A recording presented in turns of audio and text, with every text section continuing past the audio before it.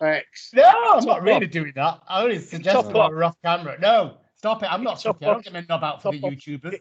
It's mob mentality now, so I'm going to say the same thing. Get your top off, Craig. No, Get I'm your not top. doing it. Absolutely not doing it. Oh. Right, let's get into this then. More. Yeah, goddamn. What is it good for? Hello, and welcome to the Doctor Who music podcast, Progtor Who. This is the season 2 finale. I'm your host, Bob, and I'm joined, as always, by Craig. Hello. Are you there? I am here. I'm always here. Yeah, fully tuned, in the zone, raring to go, Bobster. Amazing. And Suky. Hello. And John. Hello. Hello, guys.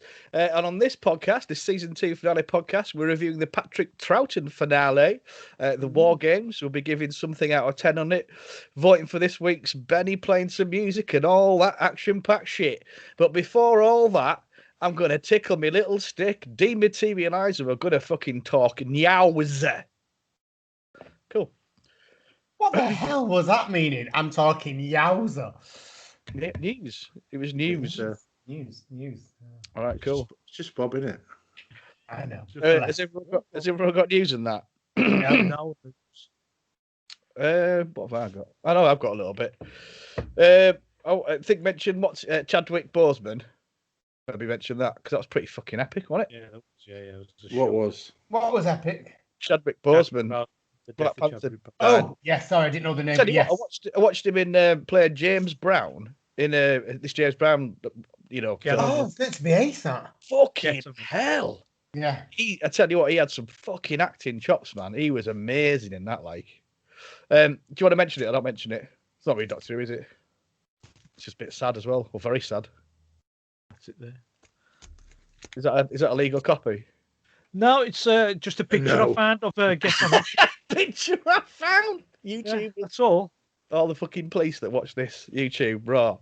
I'll please don't watch this. They only watch it for you anyway. Keep a tab on what you're doing. Why have you got that American? Why have you got that tattered American flag behind you, Bob? I don't know. You making a political statement there, Bobster? No. Ah. Of course I'm not.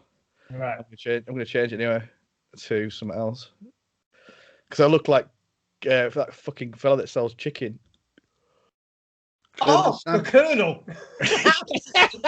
we all knew you meant. What, Bernard Matthews? Oh, that's turkey. Yeah, Bernard Matthews. Right, okay. Well, let's have a bit of news.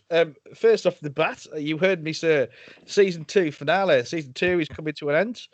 Season 2 basically consisted of me keeping the Progtor Who seat warm until Mark was coming back. And now Mark is coming back. So he'll be back from October. His season 3, doing seasons now. Obviously, with lads and that, I won't be joining, but I will always have Progtor Who in my heart and always be a part of the team if and when they need me. But the seat is being kept warm. We've kept it going. I've really fucking enjoyed myself, lads. It's been fucking awesome. He's funny as fuck and that. It's been all right. It's been all right. I've not enjoyed it. I'm looking forward to having Mark back, to be fair. I'm looking forward to having Mark back. Tony Valentino. I'll miss you, Bob. I'll miss you. Thanks, Suky, you weren't saying that earlier on to me when you were really slagging him off. Yeah, well, that was just a private conversation between me and you. Don't tell him. So some form of sanity may resume back in. Does that mean I can stop using technology and go back to my old hermit ways? I was going to say my greatest achievement in life is getting Craig to record on a computer with a microphone his own end. It took us months, but we got there, and you're smooth as fuck now, aren't you? Yeah, even the checkups beforehand are all just quick because I just showing I've done it all. I'm just a genius now. So well done, Craig. I'm really proud of you. Yeah, and it's Thank you, Bob. And I hope everyone's really enjoyed it, and it's going to obviously continue back with Mark. And season 3, I imagine he's got a few changes, maybe. I don't know. But like I said, we've enjoyed it. Thank you very much, guys. You've been awesome, and our listeners are fucking beautiful. And our watchers, YouTube. We've got YouTube. Don't forget YouTube. Yeah, you can watch the raw whatever we're doing unfold. So yeah, that's pretty much my news for now. You guys got any news? No. There is absolutely there's been virtually no news whatsoever regarding the series at all. There's been stuff on merchandise. Victoria's has come out, comic books, but hardly anything on the news. And they're supposed to start filming this month. That was supposed to be the official Are they going to start film like Coronation Street currently? Everyone's 2 meters away from each other. It's hilarious. I mean, I don't know if they can do that in Doctor Who, can they really? You watch Coronation Street, but like obviously they had quite a lot of film, stocked up, but now they don't. And it's like even own households are sat 2 meters apart from each other in their house. Have you seen some of the indoor film that they've done? Is when they have to have some intimate scenes, they've got like a window in front of each person. In between each person. That's the only way they can get them that close together. Fucking mad, isn't it? That's quite sad, really. But on a plus note, I did actually realise the other day, in fact, it was just the 1st September. At least we do have one more new episode to come, haven't we? We've got the finale, we've got the New Year's Day or whatever it's going to be special with the supposedly with the Daleks with Jodie. That's good. We've got one more to come. Is that done, filmed, ready to be out? Yeah, that was completely finished. Into the last season. Oh, that's good. Looking forward to that. Hang on, who's this? Hang on, someone's just knocking at the door. Come in. Oh God, I thought we got away with this. I thought I managed to shut him off. All right, Jamie McCrimmon, how are you doing? I not fucking too bad, Bob.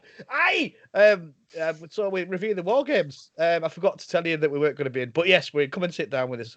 Okay, I will do, Bobby. What games you say? We're a fucking cockfist on the 2 bits of clout on the whole thing that fucking does me gibber. I'm just so glad this character is going to be put to rest. Paranoid schizophrenia actually on video is amazing. Can we please have Jamie tossing his cable on the screen? Because that would be worth watching. Yeah, can we not do that? He's dead shy and little. Take up my tail. Right, cool. Anyway, that's enough news. So I'm going to stick a trailer in right now before we come round for our first thoughts. Yeah, I forgot to do him at the beginning. I did kind of have a feeling that we might be being joined by Jamie tonight. Must confess, I did have an inkling when that was a knock on the door who was going to be walking in. Right. So first thoughts after the trailer. Fuck me, that was an exciting trailer of the War Games, the finale for Patrick Troughton, which we are going to be reviewing on this time's Progtor Who. So lads, first thoughts, I'm going to come round table. I'm going to come to you first, Craig. First thoughts, when did you first watch it? What's your recent thoughts? We got a good vibe, bad vibe. Tell me, baby. Well, I've made no secret of my views of the War Game. I can't actually remember because it's that dull, whether I've watched it once or twice. I've definitely watched it once, which was when it came out on DVD, because I had a copy on the shelf and I always watch it. I don't know if I had it on video or not, and if I did, my view probably wouldn't have been any different to what I'm going to say now. But when I watched it for the first time on DVD, I was bored shitless. It was absolutely terrible. It was so repetitive, so dull. I just found the whole thing tedious. Now, I did deliberately say when I watched it for the first time on DVD, because I actually have to say, thank you, John. I would never, ever, ever have gone back to watch the War Games, and I'm so glad I did. You might have noticed I was actually going through it at quite a pace. I bloody loved it. I actually really, really enjoyed it. And I would never have gone back to it if you hadn't have chosen it. Prompted by Bob, maybe, because it's one of the ones he banged on about for ages. I am not going to say I'm a new War Games convert, but it has massively gone up in my estimation. I actually really wasn't bored at all. Yeah, it's fantastic. Excellent. Suky, how about you, my friend? Oh, no, it's just great listening to Craig just changing his mind just there.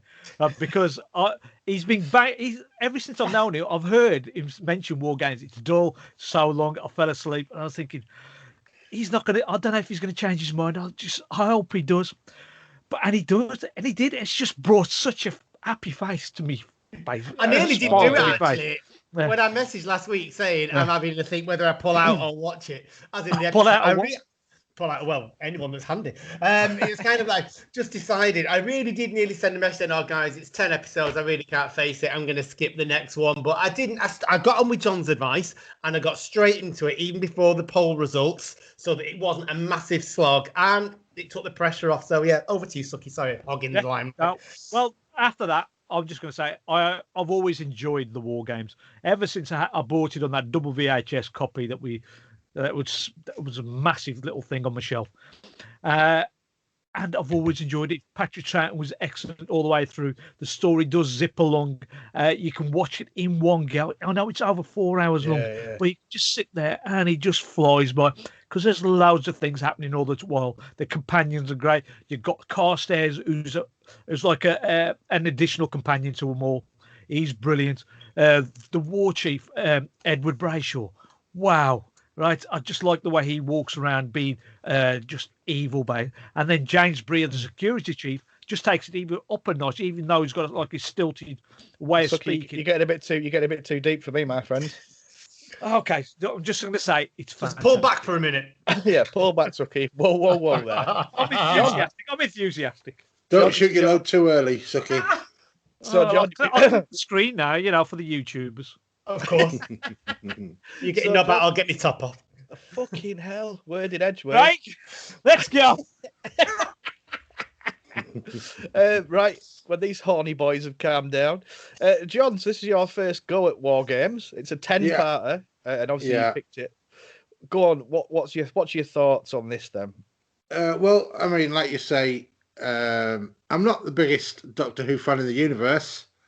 And so the concept of doing like 10 episodes in a big long marathon thing was pretty daunting, and I was thinking to myself, well, I'll get started early so I could do an episode a night kind of thing. But I cracked on, and I was really surprised how when I stopped watching, I was on episode 4, and I thought, well, no, this has just kept me going. Yeah. It's excellent premise. It was brilliantly acted. I think it was fantastically done. I think there was elements to it that you don't see often enough in Doctor Who. It gets a little bit 42-ish sometimes as Doctor Who, and this was a lot more. It had the time to breathe, and it was great. I loved it. Yeah. Good. Very positive vibes all around. Well, I must admit, I can't remember when this came out on VHS, but fuck me, when I got this in my hand, like we'd had double VHSs out, which I loved because you knew you were getting loads of Doctor Who, but this was 4 hours or whatever, 10 episodes of Doctor Who, the second longest ever Doctor Who, and I had it in my hand, and I just watched it and watched it and watched it and watched it. I've seen this so many fucking times. I adore the War Games, and after my rewatch recently, I'm probably going to say it might be edging now to be my favourite Doctor Who adventure. Everyone is mint. It's just great. So this should be a fairly positive podcast. Right, before we crack on anyway, I'm going to choose the first song, and I'm going to choose a live version of a man called Bruce Springsteen, and it's Born in the US of A. That's why you had the flag. Right, I'm going to take this off because it's fucking hot. I better also tell you, I've got visitors coming in the next hour or so, so there's kids with them as well, so there might be a bit of noise in the background a bit later. So fucking put socks in the mouth and tell them to shut the fuck up. I should do, but instill some Victorian principles, okay? Just make them sit and look at the wall. Yeah, the wall. I'll give them loads of food, and that'll keep them quiet. You bunch of little fucking They just come back from Alton Towers, so they're going to be hyper anyway. They're high as kites. I'd love to go to Alton Towers. Give them a biff there. Just give them a downer or something, a trank or something like that. Just a mild sedative. Yeah. Is that what you're going to use on Alfie when he gets a bit hyper? Half a tramadol. Alfie's been lollies for weeks, hasn't he? I'm going to go and get a vodka. Hang on, guys. Back in a second. Bob's just tempting. I saw him pour his beer. Beer. Is that beer or is that someone else? No, it's wine. It's wine. It's wine. Sorry, Bob. I was lowering your couthness. Impossible. Oh, I've had a bad eye all day. It's been streaming. I've got a bad back. Is that back still not settled itself down? Well, it's not good when I'm on the couch, so I'm having to I've been doing lots of stuff today, getting up and down and stuff, and doing lots of pottering. Hopefully, it get better. Yeah. Have you clean the house? No, I'm doing woodworking and stuff. Oh, right. I will be cleaning the house. My mum's come to visit, so yeah. I know, yeah, that's what I'm asking. Yeah, that'll be happening. Oh, God, how long does it take to get a vodka? He's probably getting the whole cabinet, isn't he? Full vodka cab. Whoa. I've got to mention take your seats at the end of the podcast. All right. I was going to say, I thought it was strange you didn't fucking yap on Yeah, about when you'd gone, there was no Doctor Who news, but then you went straight into asking for first thoughts. I thought, okay, leave it. I'll mention it at the end. It's not all about you, Suky. This is my finale. It is. It's all about me and John, this. It's all about me. We're the ones that's keeping it going. Yeah. They'll be the ones that are populating the feed in the next few weeks, is what I'm saying. Very true. Fully booked up for the feed next 2 sounds months. fully sexual. You booked up, are you? Pretty 2 much. months I'm booked up now. Who you got on next? It's Paul G. Paul G. All Then right, it's you cool. guys, then Bruce Wayne, then Toby Haydock, and then Steve Davis. Oh, Toby, you got Toby on. Well, what's he doing? He's doing a film called They Live. Oh, cool. That'll be good. He's great fun, Toby. He Cool. followed me, so I thought I'd ask him straight away. Yeah. No, he's really good at doing podcasts. Like he's done 2 with us already so far. So, yeah, but you're back. Oh my god, he looks like a fucking. Left my glasses. Jesus Christ! I won't miss this. This every time he comes near that mic, there's a blue light coming out of that mic. It looks like he's got a flipping, there's like a spotlight on his side of his cheek. So funny. Fucking hell! You sorted? Yeah, I'm back now. Yeah, Fuck good. off. That's only when I'm concentrating. Right, have you got your fact file? Oh yeah. Don't push me. I did this really rushed. So don't ask me who the directors did and things like that. I've got it, but I don't know what else he did. It's David Maloney. He's done fucking loads, Craig. But you can answer that bit. Got an itchy nipple. Take your top off. Take your top off. No. Oh, we're on. Right. Okay. I'm ready when you are, Bobster. I'm just getting the fucking thing up here. TARDIS fandom. Hang fire. I use Wikipedia. That's not gonna... Who else do I need? Yeah, I've got it. It's fine. Okay, ready. Yeah. And that was a bit of Bruce Springsteen for you, live in Barcelona, I think that. Born in the USA. You're listening to Progtor Who, and we are reviewing the Patrick Troughton finale, The War Games. We've got a very positive vibe going on, so let's get in deep. But before we do that, I'm going to come to Craig to give us his fact file. Okay. Well, everyone knows this is obviously Troughton's finale. It's the seventh and final serial of season 6. From the 19th of April to the 21st of June. That's a long time, isn't it? 10 episodes long, obviously. Yeah. Patrick Troughton, obviously Fraser Hines, Wendy Padbury. So they were the main ones. And then we've got directed by David Maloney, written by Terence Dix and Malcolm Houck. Malcolm Houck also did the Silurians, didn't Hulk? Hulk. Hulk, you get it wrong every time. Well, do you know, it's nice to be consistent. Produced by Derek Sherwin, and it was preceded by the Space Pirates, which I'd love to see, and followed by Spearhead from Space. Obviously, there are so many viewing figures. I'm not going to go through them all, but on average, it was kind of like 4. The lowest was 4. Average was 5. The lowest was 4.1. The highest was 6.3. The finale was bang on 5. They kind of teeter in between there, somewhere like that. And obviously, if I'm not mistaken, I've not got this. Isn't this the first time we actually come across Gallifrey now, isn't it? Or the kind of the Time Lords? The Time Lords, yeah. Time Lords, yeah. Because obviously Gallifrey's not in it. I know we come across the monk, but he's not kind of. He's not named Time Lord. So no, exactly. The first name, yeah. It's not the first time you've come across a monk, is it, Craig? Probably not in those cottaging areas. There are all kinds of people in there. Yeah, right, it's for sting with monks gagging for. That's what I was thinking. Yeah, gagging for your and I did used to go on religious retreats and things. So obviously, you know, the monks would have desired me. Get your top off. Go on, get your top off, YouTubers. Right. So the question is, where did it come? I was gobsmacked by this result. Absolutely gobsmacked. Yeah, God, yeah. Sounds awesome. I was a bit of a convert, but yeah. So where we're going to go? I'm going to come to Bob first because you're going to put this highest. I don't like coming to John first. It always feels cruel. 56. 56 from Bob. Okay, Suky. I'm going to go way higher than that. I'll say because about 25. 25, John. Yeah, I had the idea of 30 for some reason. Okay. Once again, John is closest, and he is still quite far out. This comes in 12th. Hold on. Hold on. Yeah, I got 25. No, I definitely won that. That's fine. I got 25. Did you say 25? Yes. Oh, sorry, Suky. I misheard what you said. Thank you. Sorry, I do apologise. Don't take away my victory like this, Suky. I get so little from this podcast. I'd like to take these little things. What did you? Oh, okay. Sorry, John. Just I right. thought I'd give you a boost, but Suky's claiming it. 12. 12. I'm not surprised. I went conservative because it's long and all that. But yeah, it deserves fucking 12 easy. It's mint.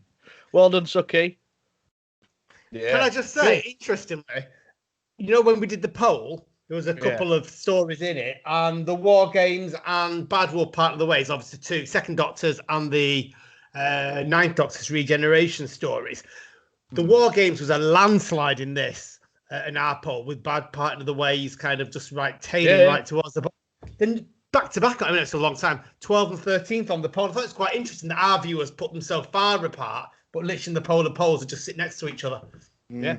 Thought I'd share that bit of exciting trivia with you. That's awesome, Craig. And with that, I'm going to have some vodka. Go quiet. I was just going to start off with the writing team and the director. You've got Malcolm Hardlock, whatever you called him, Craig, Terrence Dicks, and you've got obviously David Maloney directing. Now these are three big players in the history of Doctor Who, which always gave a 10-episode story a chance. And one thing it has for me is, this is pretty much perfect, because you had a lot of 6-parters, 7-parters back in this time that were fucking padded and boring and really hard to watch sometimes. Whereas this, it's just a great but yet simple concept of its start. If it appears to be time mist and time zones, and then it transpires that it's this whole world of war and all this, and they're getting the shipping in the soldiers and all this kind of stuff, and it just keeps the pace, the tension going. And you've got the rebellion, and then eventually you end up in their main base and all that kind of stuff.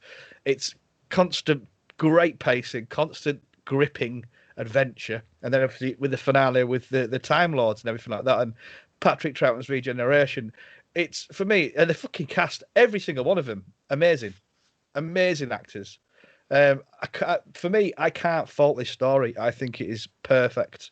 And not one, but when John said, watch 4 episodes like that, you name me a 6-parter in this era, really, where you could have done that like that. There's not many, is there? You know what I mean? Maybe the Invasion or something like that, 8-parter. But yeah, for me, that's where I'm at with it. It's just perfect, brilliant, awesome Doctor Who. And the reason for me is obviously great cast, Terrence Dicks, Malcolm Hogg, and David Maloney. You're in safe hands with all that. That's where I'm coming from. I've got to agree with you, Bob. Right, it's these people, the two writers.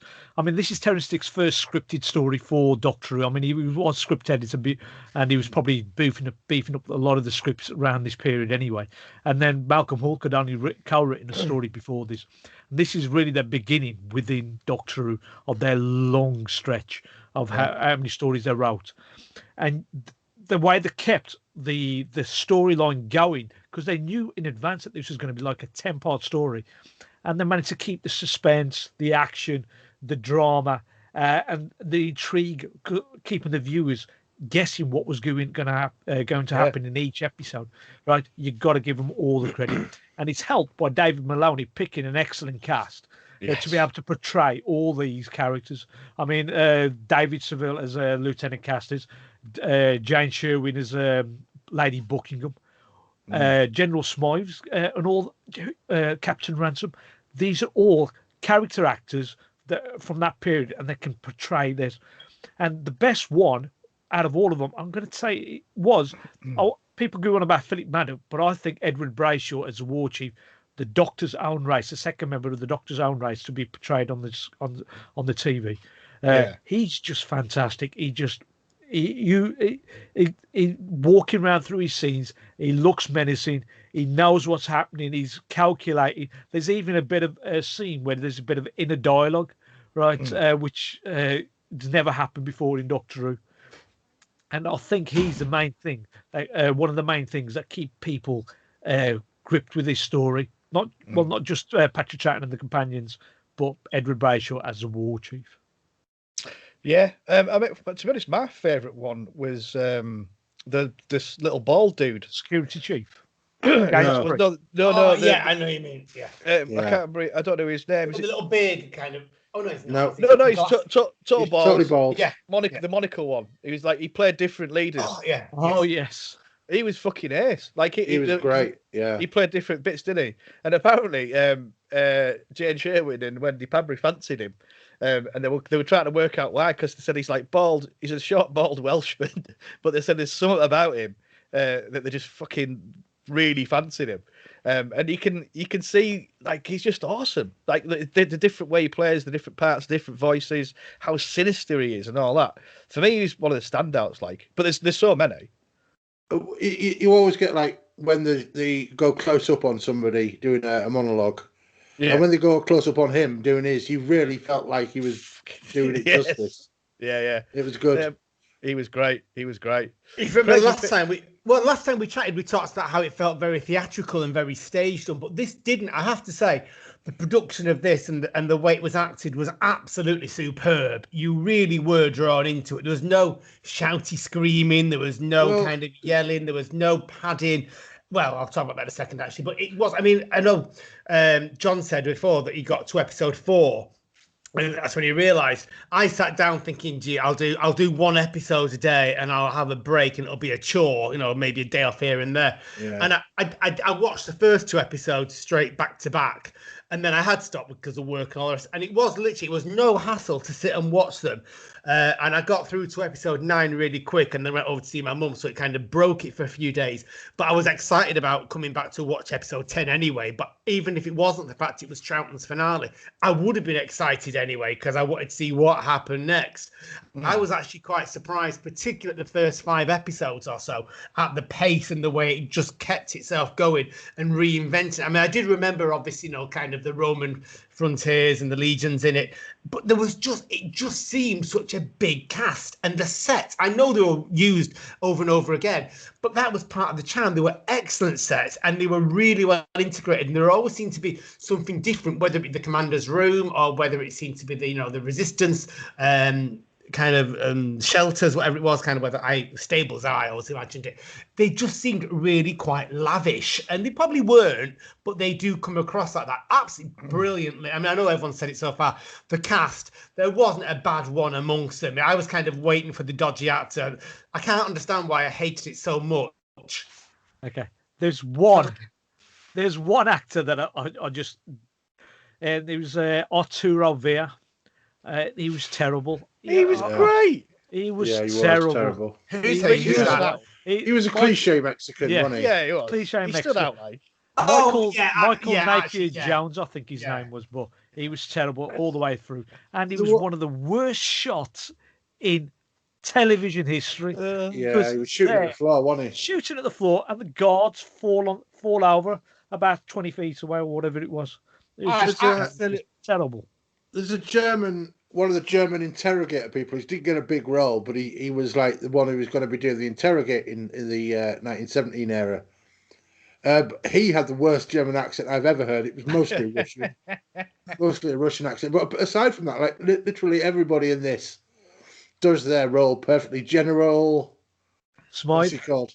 Yeah, General Smythe was fantastic. He was great, really. I've seen him, and I thought I'd seen him in Red Dwarf, and it turns out he was in Red Dwarf as well. Yeah, he was. He was. He was. I recognised him. Yeah, I recognised him.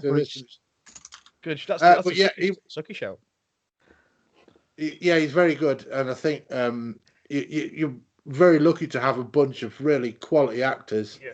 And there's quite a few in there faces that I've seen in British telly going forward after this as well. And they're all really good, and it's like the whole World War One environment. I really did it. Just like I felt like it was like a 50s film of like a proper movie. Yeah. Of like British. They're like it was like the Dam Busters or something, but it was like you felt all the acting was brilliant. Lady Jennifer, Lady Jennifer Bonnie.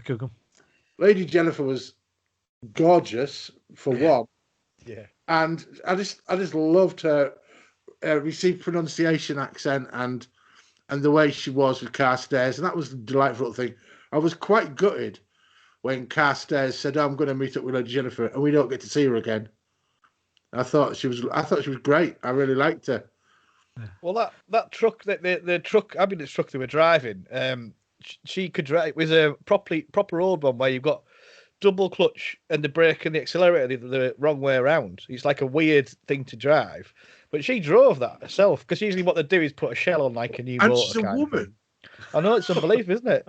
Crazy. Back in the 60s. They'll be able to vote next. So No, never happened. I was just gonna say as well, just the sonic screwdriver, lads. This is the sonic screwdriver. This is the when we see first hear the word Time Lords, but we see the sonic screwdriver, which is a little torch pen. Yeah, that it's using to actually do screwdriver work. Isn't it? It's like it's screwdriver awesome. work, Look, he's not even touching it, and it's coming out. That was great. That. I mean, that Russian German guy loses his shit, doesn't he? I couldn't believe that could happen. Let's have a song. Sorry, Craig, were you going to say something? I was saying that was a test of his memory, wasn't it? It was a kind of like, because obviously he was reprogrammed or whatever, the general's control and thought process again. It was like, do you not remember this? It was great. Yeah. I loved it. Cool. Let's have a quick song. John, I'm going to come to you for a song, please. War by Edwin Starr. Nice. I've already got that in, so I'll use it again. I know you have. This is why it annoyed me at the start when you started like that. I thought, nah, fuck it. I'm keeping it. Oh, unless you want Two Tribes by Frankie Goes to Hollywood. Oh, I like that one as well. Yeah, do that one. It's an awesome song. Yeah, all right, we'll do the 12-inch with that with the guy that does the impression of Ronald Reagan. Sorry. Right. John, 12-inch version, John, rather than just a 6-7. I'd prefer a DAT tape. I like a foot long me. So what is it we're doing? What we're playing again, John? Sorry. Two Tribes, Frankie Goes to Hollywood. Come on. Oh. Sorry, John. It's all right. Could have played it again. Oh, we all right? You get yourself a music choice, don't you? Was that going to be your music choice? No, it was just I did war at the beginning as like the stupid intro bit. Yeah, I know. You shouldn't have. Discuss it with us. You should have discussed it with us. Be asking me song all day. I picked the song and I sent it in to Bob, and Bob goes, "Craig's already picked it." Oh, did it really? Yeah. Did you go with Peter Gabriel? Yeah. Oh my God. Sorry, Suky. That's the second time that's happened. I would have swapped it to another one I was toying with too if I'd known. Another one. I was thinking about doing "Hurt" by Exile, but I only thought about that when I was watching episode 10 about 2 days ago. The newfangled boy bands. Yeah. Oh, they're a bit good looking though. Of course. But I didn't go with it because they've got a brand new album came out today, so I'll play that in one of the episodes coming up. Oh, that's something to look forward to for everyone, isn't it? You told me you like her. Well, you said it once when you were pissed. Which doesn't count at all, does it? I think I had a little bag of crack and all. Right, cool. Let's get back into this shit. John, what was that again? It was Edwin Starr and War. Oh, lovely. You're No, it wasn't actually. We changed our mind, hadn't we? Oh, we did, yeah. It's Two Tribes by Frankie Goes to Hollywood.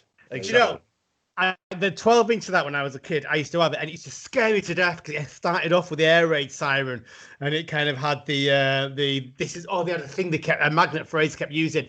This is what the air attack warning sounds like, and it was really terrifying because obviously that threads here. I want to change my mind, Bob. No, I won't. Oh no, don't. Craig's too positive about it. I'd want to wash my ears out with bleach. Right, cool. You're still Progtor Who. We're reviewing the war games. We're going into part 2 of our review in deep, and it's getting a positive vibe. So I'm going to come around to everyone. I'm going to start with you, Suky. Give me some things to say to discuss. Well, this is the first mention of the Time Lords, and they're not like the Time Lords that we get to now in future years. There seem to be a presence where they just observe everything, and they're quite measured in how they say things, the way they talk. This ain't like the manipulative and backstabbing Time Lords that we get to know in future years, and I quite like that. I mean, it's got Bernard Hershfall, who's like a David Maloney regular, because we only just saw him in as Gulliver in The Mind Robber, and then we had Trevor Martin, who would then go on to play a version of the Doctor in the Doctor and the Daleks and the Seven Keys of Doomsday, when Pertwee left, and before Tom Baker took over. So we had them. They were excellent. That final episode that explains the Doctor's origins and the why he left the Time was because of their staid and sterile atmosphere that he was living in. They weren't doing anything to help in all these lesser species. You've got to go out there, he says. You've got to help all these people.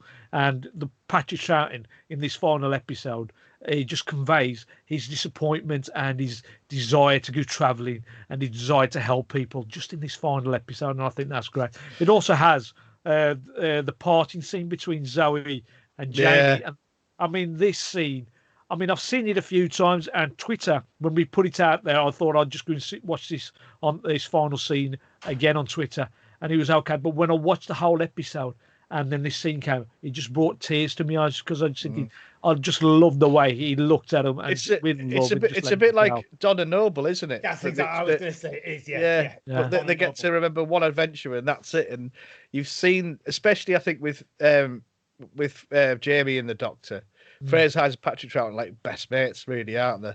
And you had such a lovely journey with them too. And obviously, Wendy Padbury for me is the best, female companion that they had, as they were going on. And I just want to say, this is my favourite incarnation of the Time Lords. Is it I quite really? yeah, because they do heading with the pompous, stupid collars, knobbing about. Whereas they kind of come across as sort of godlike. And I love the downplay of it as well, how they come across. It's undramatic and they leave the drama to Patrick Troughton to act out and all that kind of thing. There's no emotion, is there? It's all very sterile. Everything about it. But they've got this power, but it's this controlled power, and that kind of makes it a bit more like fucking hell. These guys are the real deal. And I think the way that they are kind of manipulating or working with the other guys, that are doing the war games, I think that, like you said, gives them that godlike status. It gives them a different kind of, they're almost monitoring what's going on there. Then, because they've got that, and you have the rogue element coming through, and then you have that kind of rationality, that bureaucracy coming in saying, no, this isn't what we do, we're above this. I quite like that as well. Now, it is so different to the Time Lords. I think sometimes the way the Time Lords are developed is a little bit pompous and a little bit, over the top. It's almost a weak part of the show. I understand why Russell T Davies took it out completely. But going back to what Suky was saying before, this episode 10 to me is just like a complete standalone separate episode, isn't it? You could literally just watch, you could almost class episode 9 as the end of the War Games when it's reaching to the TARDIS. And then they get in it and go on to a new adventure at the start of episode 10. And I loved the way it built all that up. You have the finale, you have the goodbyes, you have the introduction of the Time Lords. It is literally like, it's almost like a rebirth of Doctor Who. You get all that history, all that canon, you get the emotion of the characters leaving, and it is heartbreaking. Those scenes where you see, Zoe and Jamie in their own world, when Jamie runs after him, it's actually really cleverly done. It is like a 9-part and a 1-part to me, a bit like Trial of the Time Lord when you've got the 12-part and the 2-part. Fucking Trial of the Time Lord, shut up. Also, Craig, where's your invisible snorkel? No one can fucking talk that long without not take a breath, without dying. Honestly, it's amazing. Leave him alone. I imagine it goes along with him not having a gag reflex as well. It's exactly right. There are some times you just don't want to draw for breath because it'll ruin the moment. Now, I went into the story not knowing that it was Troughton's last one and he was going to through regeneration. So when... No, I didn't know. Why would I know? And when episode 9 came around and we started, and this is kind of like the final chapter of the whole piece is the episode 9 and 10, and I loved the idea that we are actually getting seeing the origins of all the stuff that people have talked about in the past, and I love that. The Time Lords themselves, well, first of all, I really enjoyed how he contacted the Time Lords. Yes. I thought that was ingenious. A little bit of stop motion with that box thing was amazing. That was brilliant for the time. I thought it was dead cool. Kind of like Matt Smith has his kind of little message box almost, doesn't he? In the one with the Doctor's wife. Yeah. But the best part of episode 9, certainly the end of that, when they're trying to run to the TARDIS and the Time Lords are coming, and that was really fucking dramatic, surprisingly so. And it was just like it made the mythology of the Time Lords even more sort of grander. And when you get the payoff of like having the Time Lords actually appearing, and I thought I've seen them in other stuff, and they are pretty arrogant and pompous, but in this one they do seem like you say, like they should be. They do seem godlike almost. You can't fool them. They're in charge. You can't escape. You can't really do anything because whatever you try, they've already thought ahead. They're already there. And I really liked how. Go on then, Suki. No, go on. Carry on, John. No, I'm in the middle of my flow. I can't remember. Okay, sorry, man. Sorry, You've deflawed him. No, I was just going to say the godlike things that John's going on about.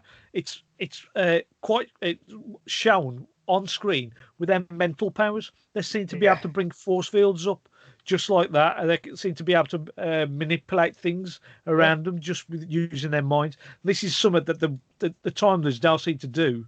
In future, you only get the Master doing it, don't you? Because obviously he's got his hypnotic powers. That's it. And other than that, it's gone. But obviously you do get that element with them all, but you don't see it as clearly as you do in this. I was going to just touch on what John was saying there. That you obviously picked up on the dramaticness of the situation towards episode 9, and you got the sort of power of the Time Lords and things like that. And obviously you're coming at it from a point of view where you didn't know that was going to happen. Obviously you have some knowledge of the Time Lords and things like that.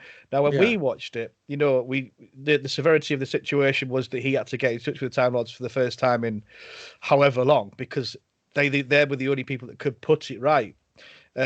So that for us was always like a big alert and a big ending, and we knew things were bad that he had to do that for the first time. But it's nice for you to say, John, that that it really they really did do a nice job of making them powerful and like fucking hell. And then they're also fair as well. I like the fair. Yeah, you couldn't have had them be in any way sort of picky or petty in any way, and it made the Doctor look a little bit petty in actuality because they're all stately and calm and collected, and he's running around gasping and stuff like that. So you can understand how he's very different from the rest of his race. I think, and that comes out clear. And so I think I figured out this is when he gets banished to Earth, isn't it? So yes. And this is where John Pertwee takes over at some point. Yeah. Yeah. I love the way that Patrick Troughton is scared. You can, I think he acts it brilliantly. John was saying that you can literally feel the tension coming throughout episode 8 and 9. That the Time Lords this, the Time Lords that. Oh my God, we've got to get away before the Time Lords come, and they're running to the time. You can really feel the fear that the Doctor has about his own race, which we've never had before. And the kind of, even all the way through episode 10, he's desperate to escape because of what they can do. And I just think that is brilliantly done. It really adds to that kind of the strength that the Time Lords have that we've not yet been introduced to. No, it's a fantastic introduction. But I mean, the ending is amazing, and it does justice to someone who is a great actor and was a great Doctor. But the story itself, sorry, John. It's not amazing. That gurning ending thing wasn't great. No. That did ruin it a bit. It took me out of the fact. I was really invested in the fact that Zoe, when I realised eventually that Zoe and Jamie were actually going away and they walked away hand in hand, it was like, oh, that's such a touching moment. Yeah. And it was sad. And that's it's at that point that I thought, hang on, do we have a regeneration about to happen? And then when it comes to his trial, and he's the Doctor's he's distressed of what's happening to him.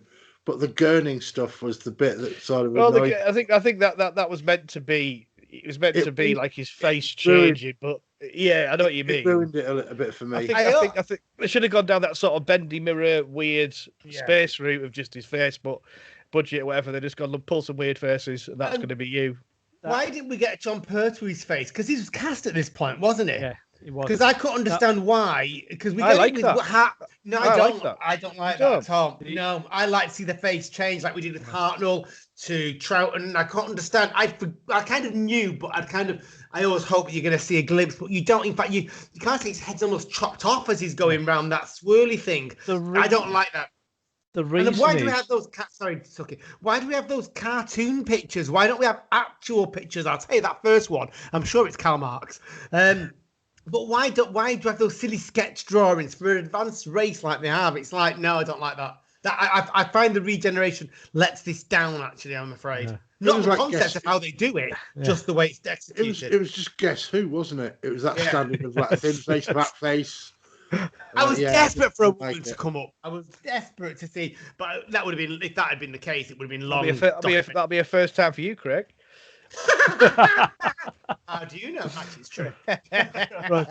The reason why John Pertwee had been cast by this time, when this episode had been recorded, but that scene where Patrick Troughton's gurning and all that images was shot on film, which was shot a few weeks before. So all that, that's why they couldn't get Pertwee, because he hadn't signed a contract. But at this stage, when Troughton had filmed this scene, so that's why there is no actual crossover between Troughton and Pertwee. Well, it is what it is, isn't it? Yeah. The story itself, though, for me, is fucking genius, but yet simple. It's just Terrence Dicks and Malcolm Hulke, his teacher at the best. Having this just massive ensemble of. I love it when Doctor Who is in different places.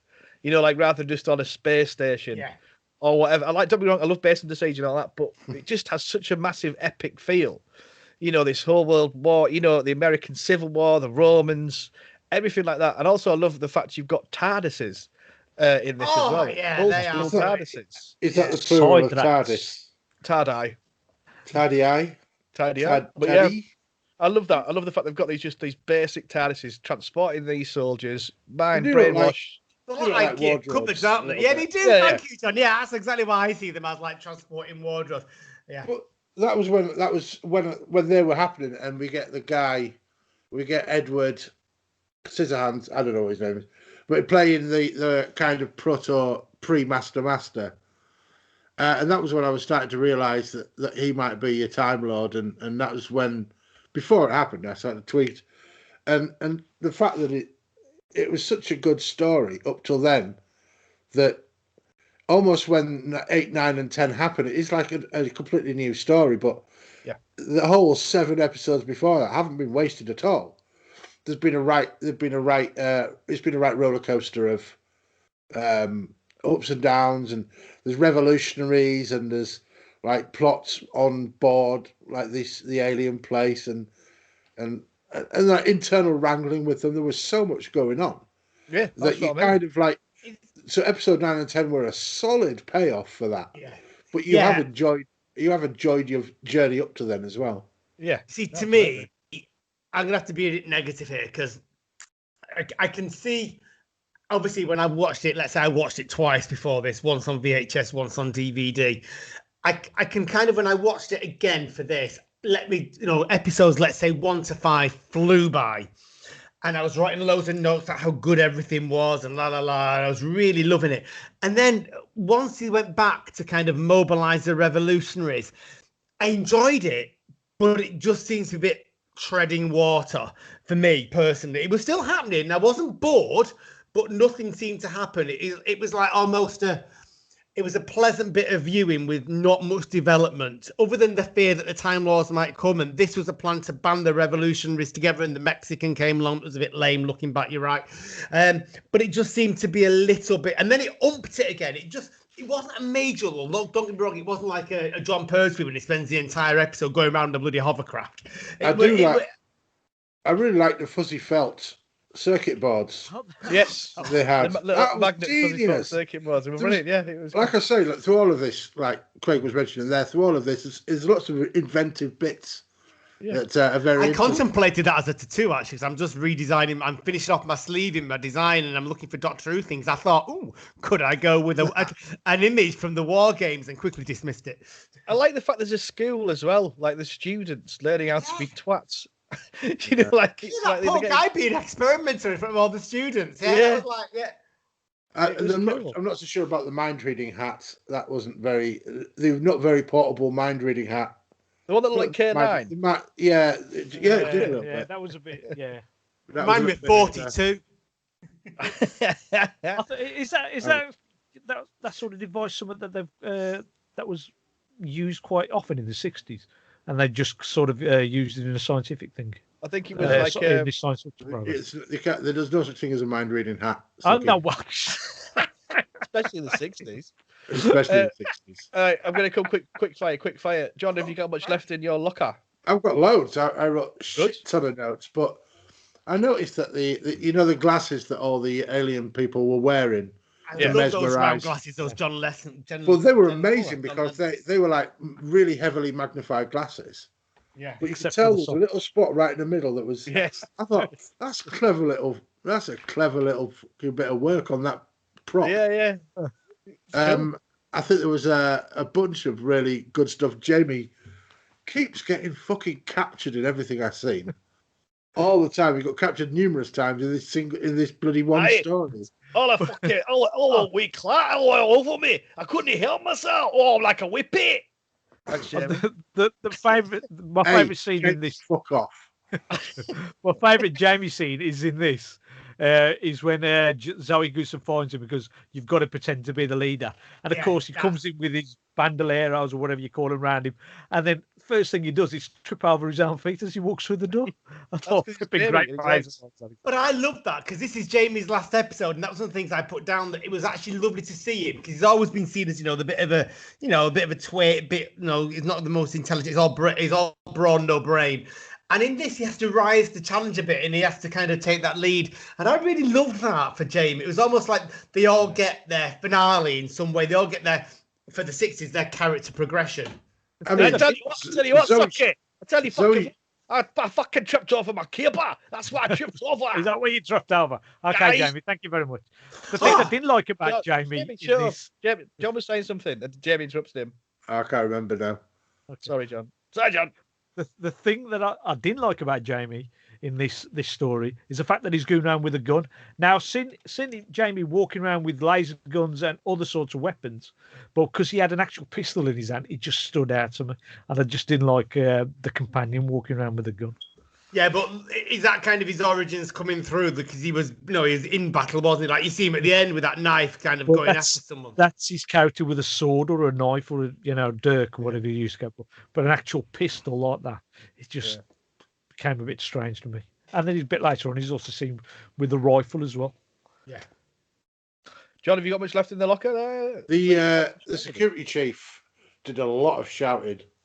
He was a very angry man. Zoe, actually, you said nobody was very shouty, but Zoe was quite shouty in this story, I think, a little bit. She was the one that should have been the leader. She's the one that kind of knew what was going on and was responsible for things. And Jamie was just running around like an idiot. But that's what they do, those two, isn't it? That just sums them up. That's all they ever do, John. There's a machine gun that looks like it's made of cardboard.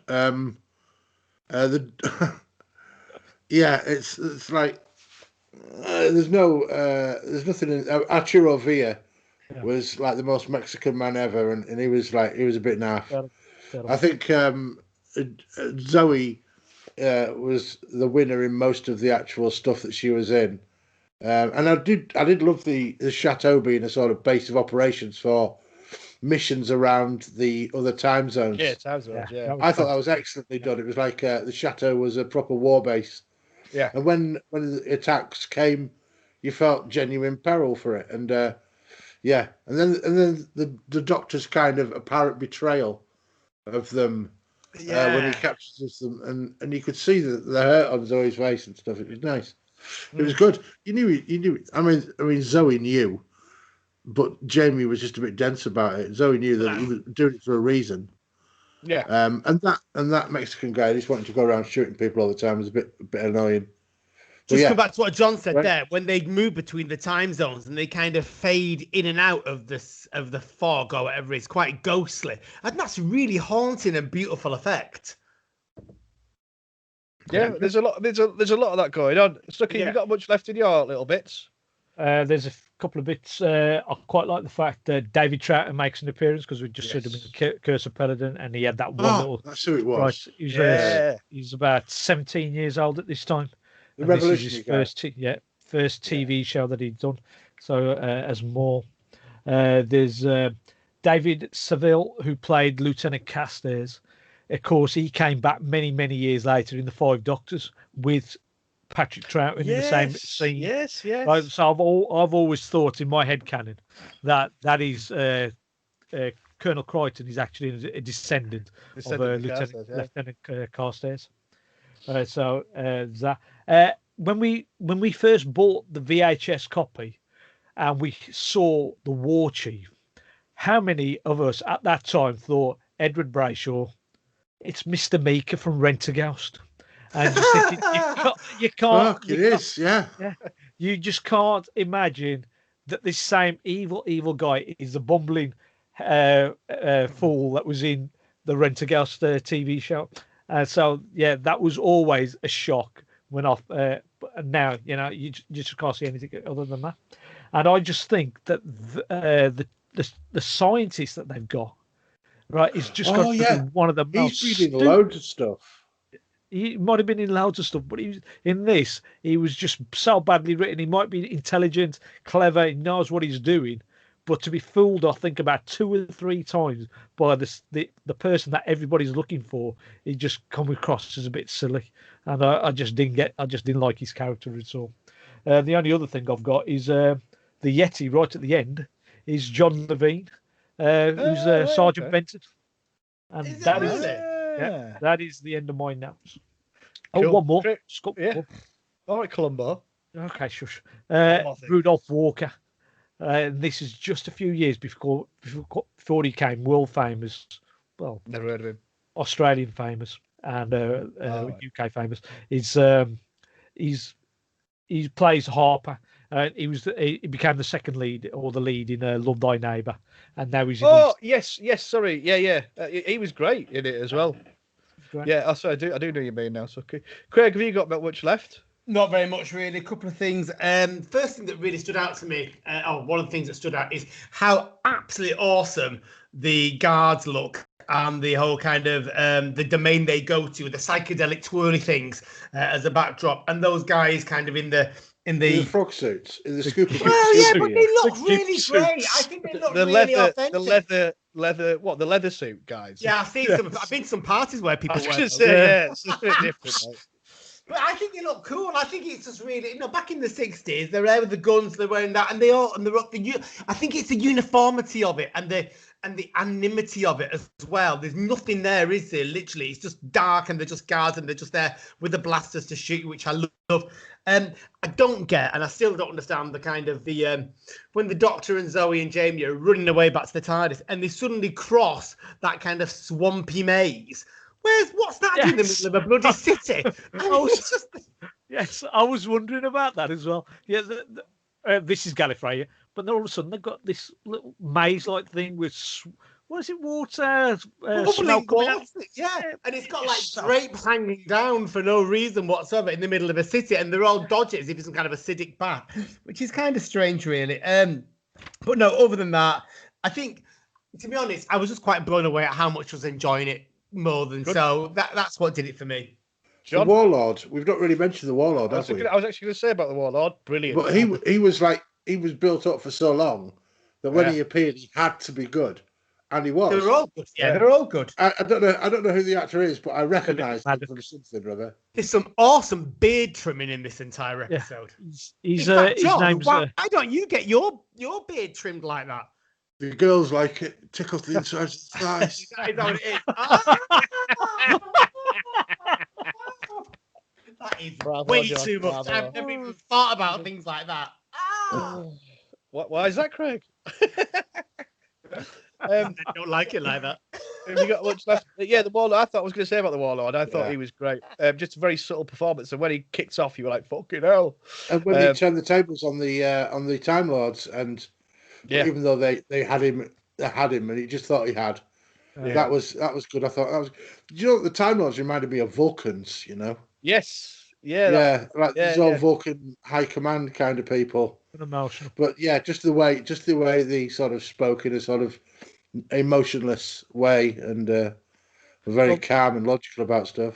The actor's name's Philip Maddock, and his most famous role in Doctor Who is not this one. It's one in Brain and Morbius as Solon, right? And he's excellent in that. So if you ever get a chance to watch that, watch the Brain and Morbius. Do you know what? I didn't pick up on that. That's okay.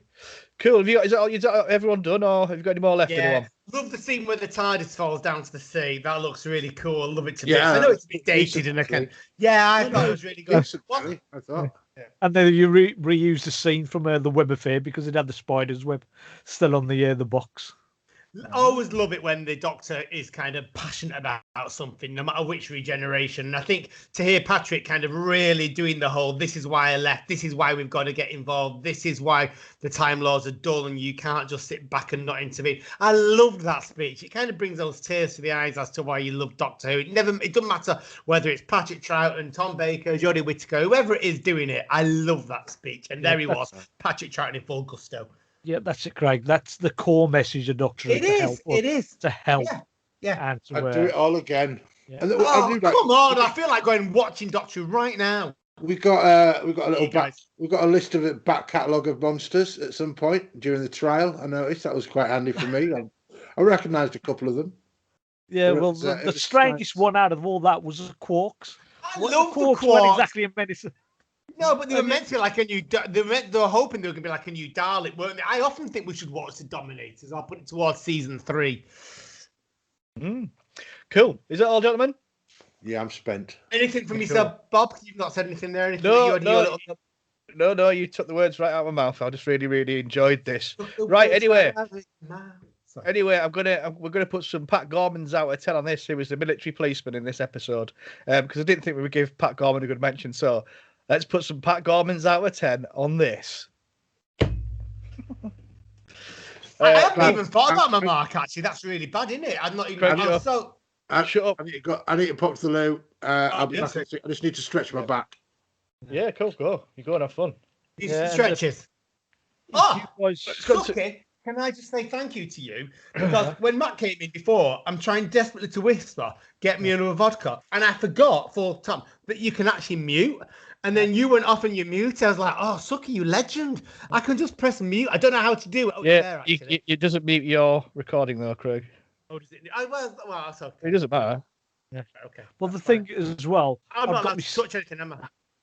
The in-laws have turned up. My sister-in-law's downstairs, and she started talking right underneath the where I'm recording the small room. So she's downstairs in the front of the house, and you can hear everything. It's just echoing. That's why I had to go down and say quiet. And then what happens? 5 minutes later, one of her daughters walks in there, starts talking away. So I had to get her out there as well. That's what family does, doesn't it? Right, I'm going to go for a pee and get a vodka as well. Cool. I'll put a bit more feedback in the... Or somebody else put some in. Yeah, on Twitter, I think.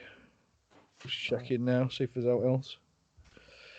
I don't think there is. Do you think for the 50th, do you think the girls would want to come on for that episode as well? Be a lot of people, Suky. Yeah, I just thought about that. Yeah. I mean, I'm not disputing the idea. They're always a good fun, but I'm just thinking that you'll have 6 people on then. Yeah, 6 people. Yeah, okay. It's quite a lot, isn't it? Yes. I mean, it'd be good fun. Alfred is mint and getting bigger and more terrifying all the time. Why? He's scaring you. He's just full on now. Like he's got crawling, standing, everything. Man, he's just savage. He's fucking awesome. Like, but yeah, he's all over now. Yeah, I just watched an episode of Lucifer, and one of the characters in there has just had a baby. Right, and the only way to get him to go to sleep, right, is when Lucifer puts on his devil face. Right, so he's got his devil face, and he's like doing this. Brilliant. But no, he's class. Yeah, he's just awesome, man. He's funny as fuck, like. But he's handful. Oh. But he's just cool and little and just like loving shit. I mean, yeah, kids are always like that. Yeah. Mark been in touch with you about what he's planning on doing, or is he just going to be back to the? No, what I we- just said no. I don't know. Whatever you guys decide. So, whatever. This will just be my last one or whatever, and then whatever. Yeah, it'll be cool. It will be cool. It will be cool. Hey, John, you all right? John, Still on you mute. all right? You're on mute. Beauty. Yeah. Mute. You're beauty. You're beauty. Still beauty. fucking muted. I've been rabbiting on for like 5 minutes and nobody's been talking back to me. I thought, I wonder why. that's all right. Oh, Sorted now. come on, Craig. Bloody hell. What's he doing? Making the vodka out of fucking potatoes? Potatoes. Potatoes. I've got Ted Lasso. I can't wait to watch another Ted Lasso. I've got one Ted Lasso to watch as well. That's good. Lasso. Sorry, I keep getting wrong. I'll tell you what, The Boys has got a new season out as well. Yeah. I was going to say, did you want that? I'm redoing the first season. I'm rewatching the first one before I watch it now. So I've not watched it for a while, so yeah, it's good. I'll just Carl Urban. I'll just put the first 3 episodes of that. And there's a new show called Raised by the Wolves. Raised by Wolves or Raised by the Wolves. It's about 2 robots who raise kids on an alien planet. All right. Yeah, it's Actual sci-fi TV. Nice. actual sci-fi. Did you watch Lost in Space, the new version? Yeah. Oh, I love the new version of Lost in Space. great. Shite in it. Oh no, I really No, like it's it. not.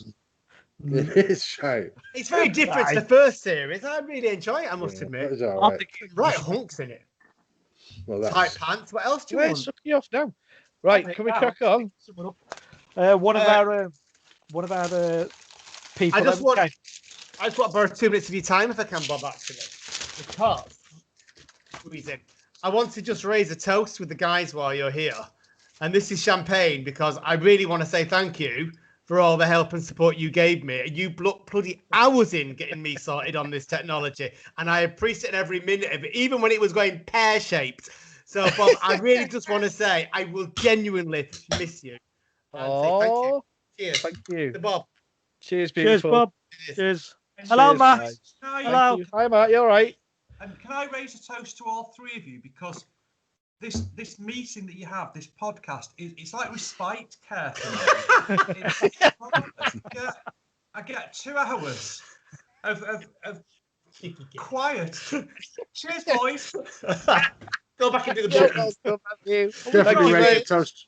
Definitely raising a toast to keeping Craig out of somebody's life for 2 hours. That's always good. Honestly, Bob, it's going to be. What's that say? I can't. Is that Kelly Minogue? No, that that's is Sybil Danning. Who? Who is it? Sybil Sybil Danning. Oh, I didn't know who. I don't know who Sybil Danning is. It's behind you, isn't it, John? No, No, that's Sally Field. That is. that's Sally no. Field. Oh, that's a film from One of Sybil. yeah. I didn't know, man. One of the one of our Yeah, guests on the Women all podcast. look the same to me. You do to be Jesus. fair. One of our guests on the That's a lie, podcast sent Freddie me a load of Mercury. her prints, Sorry. signed as well by the actress. Amazing. Cool. Well, thank you for that, Craig. That was lovely. My pleasure. Always a pleasure, Craig. And always a lot of entertainment as well. I remember that episode well. Right. Okay. Are we all good and ready? Yeah. Yeah. Excellent. Let's get some. Fucking hell. Sorry. Oh, I've got to get something pissed up on your last episode. Come on. You can't Right. expect it all to go smoothly. Okay. Everyone. Well, I say everyone. Craig, shut the fuck up. Let's put some Pat Gormans out of 10 on this. I'm going to come to you first, Craig. How many Pat Gormans are you going to put on this? But you know, the old Craig, having never rewatched it, just if I'd not have revisited it, would have probably give it 1 or 2 out of 10. I'm going with an 8 out of 10. I actually really enjoyed this story, and I would happily watch this again. And I know that one of our listeners talked about a good rainy day movie or viewing, and I fully concur with that. So 8 out of 10. Lovely. Strong, Craig. Sucky. This song. It's going to be a 10 out of 10 because this is, as I say, it's one of my favourite stories. It's been a favourite story of mine ever since I had it on VHS, and I've always loved it. So I'm going to go 10 out of 10. 8 Pat Gormans out of 10 from Craig. 10 Pat Gormans out of 10 from Sucky. John, how many Pat Gormans are you going to put on this? Now, the last Troughton I watched was The Mind Robbers, and I gave that, I think, 9.5 out of 10. This is equally as good, if not more so. So I'm giving it 9.5 out of 10. Oh, 9.5. Pat Gormans. I'm so surprised that I'm watching black and white Doctor Who and I'm finding it brilliant. So yeah, That's cool. great. That's really good. I'm good. You're gonna be a convert, John. I'll tell you. You've liked the Patrick Troughton stuff, haven't you, John? Yeah, I do. I think the writing is what's been strongest. Not, Yeah. I'm not particularly a fan of Troughton, but the writing has been mint. Let's watch the Crotons. You'll love Wait it. till we do the Dominators. Yeah, all the Crotons. Yeah.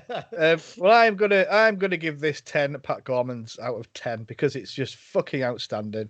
I can't fault it. I even love the Mexican fella. So yeah, that's a strong score. Strong Pat Gormans out of 10 from us for the War Games. Yeah. Anyway, enough of what we think. Let's find out what you think. It's time for listeners' feedback. John, have you disappeared? Oh shit! I never turned it back on. I never turned it back on. God. Fuck. Don't deny me, John. You're my big picture at the moment. Bob and Suky are in kind of tiny places. They've got a kind of quarter of the screen each way. You're on full half of the screen. You're not offended by my I'm stroking it as we talk. Can't you see my hands doing this, stroking your beard? Is that what although Suky's is longer. It's not about the length. It's about what you do with it. True. I think you know that, Craig. I do know that, actually, yeah. Anyway, sorry. We're not recording that bit, are we, for the listeners? No. It's on the YouTube. Just on the YouTubers. Oh, the YouTube doesn't bother me. It's not 5 people watch it. There's not, actually. Hundreds. No way! Yeah, if they were all like little people about that big, and then with the size, he put me to the size of a normal human, that would be hundreds of people. Cool. Listeners' feedback. Yeah. Right, cool. So we start with, got Mark, yeah? Start with everyone all good for feedback? Lovely. Mm-hmm. Well, you've heard what we think, us nattering on. Let's more importantly find out what you guys think in listeners' feedback. I'm going to come to you first, Suky. Right, we've got Mark Atkinson. And he's put, so the War Games, like many of us, I'm sure, I first watched this in the early 90s when it was released on VHS. I've always enjoyed it. Yes, there's no doubt it's a little too long and drawn out. Do you know they wrote episode 10 after writing the first couple of episodes and then went back and filled in the other 7 episodes? But it manages to add a new twist or revelation almost every episode, so it keeps the interest. There's some great villains in this with different approaches to the acting style from each actor. The War Chief is a pantomime moustache-twirling villain who could be the master. Maybe. The Warlord is cold and subtle. Wonderful performance from Philip Maddock. And the Security Chief is a very different performance from James Bree with his clipped way of speaking. What a stupid fool you are. David Troughton crops up again, or for the first time, and there's some other great guest stars, and loads of them. And of course, this is a story that mentions and features the Time Lords for the first time. The Doctor's origins revealed at last. The mythology introduced in this story would influence the show to this day. And of course, it's Troughton's swan song, and he's as wonderful as always in this. What a great Doctor. Such a superb actor. At the time of broadcast, I think this story must have been seen as almost a failure. Lowest viewing figures ever and a low AI. But now it's judged as one of the best stories of the 60s. And I'd agree with that. I greatly enjoyed this rewatch and I'm glad it got chosen. It's a strong 8 out of 10 from me. See you all next month. Cheers, Mark, and I'll see you next month. Mark. Yeah. Thanks a lot, Mark. Do you know what I just did foolish with them? I've had my phone on charge, and because I had, you know, like the cropped screen displays that we do, and it was saying 36% in the top corner, and I was like unplugging and plugging my phone back in to charge it. I thought it wasn't doing it, but that's Mark's 36% phone charge at the time. Oh my god, I was like just freaking me out. John, over to you, my friend. Shep's Deep Dive, Cliff, says 10 episodes. In a fast-paced, throwaway chicken McNugget culture, to watch 10 episodes, people may be thinking you're mad. But they can shut the fuck up, as this is a masterpiece, a perfect swan song for Troughton, and a huge change for the BBC. I read the books years back, and the episodes are crafted with substance and pace. It looks better than previous episodes. It's jam-packed with actors. It gave us answers and left us with more questions. Shame a lot of Troughton's episodes are lost or destroyed. Watching this makes you crave for more. Excellent. 9 out of 10. Nah, fuck it. 10 out of 10. Cheers, Sheps. Cheers, Sheps. We've got the human palindrome, Mark Cochran, from the All of Time in Space podcast. Me and Craig will be making an appearance on that soon as well. Hi, Mark. A fitting final story for the second Doctor, albeit a heartbreaking ending. Edward Brayshaw is excellent as the War Chief, or is it the Master? And the wonderful Philip Maddock is almost unrecognisable compared to the character Elak in the Crotons earlier in season 6. Craig. I've got Dr. Gamer. It's way too long, and by the time you get to part 10, you don't enjoy it as much as you would have if you watched it without context. Cheers. Thank you. Cool. Suky. We've got Aston, Lord of Who, and they've put superb story. It's long. Well, quality is this good. Let's enjoy the length.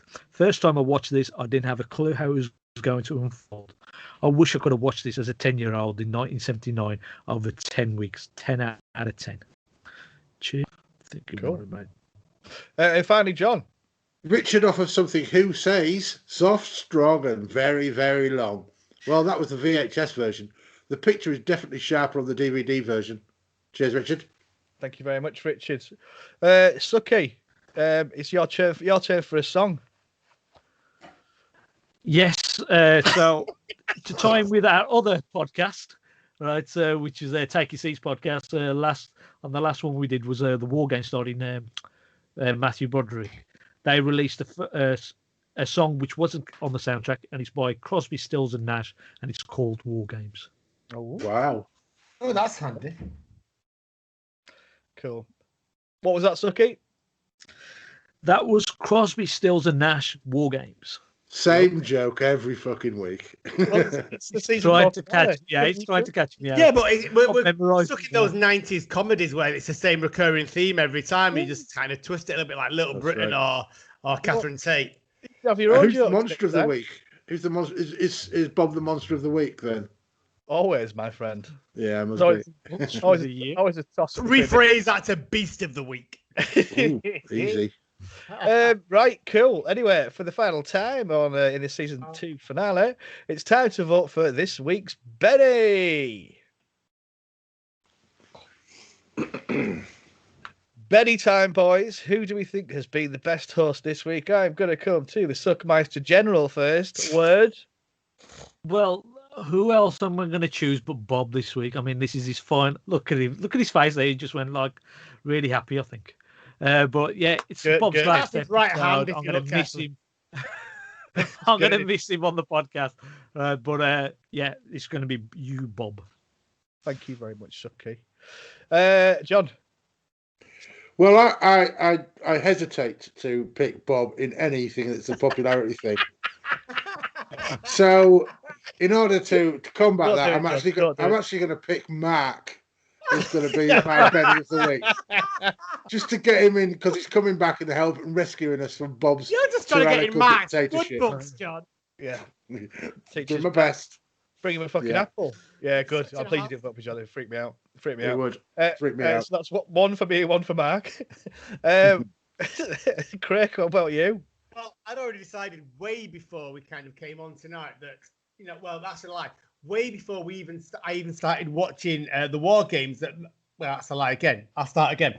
I decided about 2 episodes into the War Games that my Benni was going to John tonight, no matter what, because it was John's choice to watch the War Games, and my War Games view had completely changed because of John. But I'm really sorry, John.